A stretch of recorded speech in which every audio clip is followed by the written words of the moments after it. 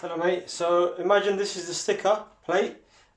Just clean the area that you're going to stick the sticker. Obviously I usually use this stuff here. It's called methylated spirits. You can pick it up from B&Q, but basically degreases and cleans the surface.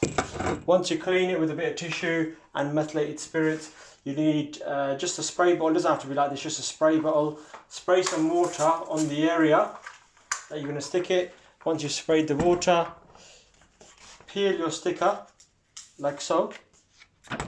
Don't stick it on yet, just put a bit of water on that as well. So spray a little bit of water on that. Place it on the section you're going to put your sticker, like that.